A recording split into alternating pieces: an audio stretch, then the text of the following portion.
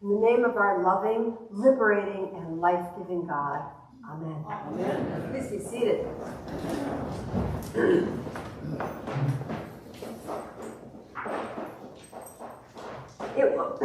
It was the annual diocesan convention in another diocese.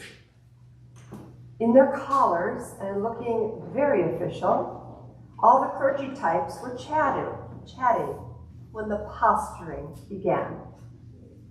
How's your church doing? How many on a Sunday? We had 20 confirmed. We have 400 pledging units. It was the library board meeting in any town, USA. The group was gathered to talk about fundraising. Who did the most schmoozing with the wealthy folks last year? The comments turned to, I know all the cardiologists. My neighbors are all lawyers. I'm friends with the CFO.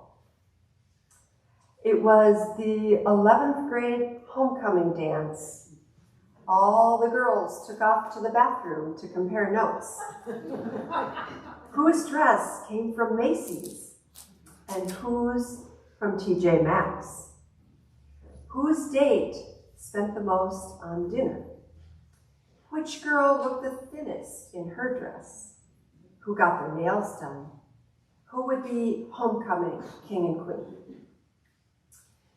It was coffee with the guys in my former diocese in Montana, and not at all Ashland level coffee, I might add.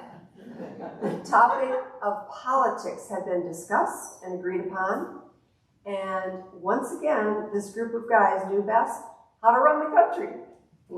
Then elk hunting came up, and rack sizes were compared. On to transportation. Had anyone seen who was driving that new shiny 2-ton truck in town? It was the disciples on the road to Capernaum, a small fishing town that Jesus used as a home base for most of his ministry. Jesus noted the disciples arguing along the road, and when they'd arrived at their destination, Jesus asked them what they'd been arguing about. Just like little kids, they were quiet because they had been talking about something they didn't want to report to their rabbi. And so he called them on it. He knew that the issue was who among them was the greatest. Just like the stories I mentioned earlier, the board members, the kids at the dance, the guys at coffee, and the clergy at convention, we hear it in many forms today. Who is the greatest? Our culture tells us loud and clear that the measure of greatness is what? Rank, wealth, power, toughness, beauty, title, degrees, skin color, and on and on. And Jesus says, He calls his disciples over to sit down and begins to tell them what greatness is. If anyone wants to be first, he says, he must be the very last and servant of all. I'm sure they were shocked. Servants were slaves, and among the least in their culture. And then he said, to be great, you had to be servant of everyone. Jesus kept going. He got up, found a wiggly toddler in the home, and carried her over to the disciples. After a few bounces on his knee, he said to the disciples, whoever welcomes a child in my name welcomes me, and also the one who sent me. That is greatness. Pastor Dan Clendenin writes, Jesus radically reversed our normal ideas about greatness. He goes on to say that to welcome a child was to welcome someone who entirely lacks accomplishments, status, or pretensions. And Jesus was inviting us to welcome every person in that same manner.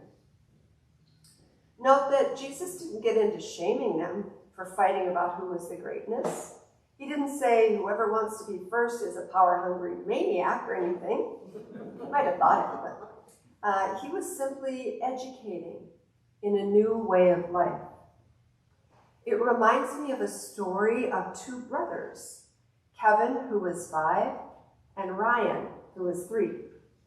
Their mom was preparing pancakes, and the boys began to argue about who would get the first pancakes. Their mom saw the opportunity for a spiritual lesson and told them, if Jesus were sitting here, he would say, let my brother have the first pancake. I can wait. At which point, Kevin turned to his younger brother and said, Ryan, you be Jesus. Sounds familiar. Jesus took this opportunity as a teachable moment and offered guidance. To be truly great, here's what you have to do. If you've ever dropped a child or grandchild off at a daycare or Sunday school, you'll see the people who understand the attitude that Jesus was trying to get across. Our very own Sandy Cruz and others, come to mind immediately. They are the ones that kneel down right away and greet the child first. They smile and tell the little kid about the fun things they're going to do. They listen to their concerns and take their hands and lead them over to meet a friend. They don't ask about the parents' PhDs or the car they drive. They focus right on this little one who has come to grace them with their presence for a few hours. That, Jesus said, is the path to greatness. Honestly, what do we picture when we hear he's a successful guy or she's a super powerhouse? I'd be willing to bet that the picture of a servant doesn't come to mind as often as Bill Gates, Beyonce, or many of our current stars or billionaires or politicians. Our scriptures today are all about transforming what we and the world think about greatness. And the reading from James today spells it out. Gentleness, born of wisdom, peacefulness, and mercy. These are signs of a church and its members modeling Jesus' version of greatness and welcoming the newcomer, the stranger in town, the most vulnerable in our community. Writer and priest Henry Nouwen often talks about his spiritual path, which went from teaching positions at great universities like Yale and Harvard to the path of what he calls downward mobility. He ended his journey as a caregiver and then pastor at Daybreak Community. It's a facility for pretty severely disabled adults. Those residents had no clue at all that he was famous. He had written tons of books and was an internationally acclaimed speaker. But Henry tells us that he was happier than he has ever been in his life and career. The examples of nurses' aides in a hospital, or a child in Jesus' arms, or those working in shelters, are strong visuals of greatness being found in caring for others who are at their most vulnerable. And you know, we especially are called to pay attention to this.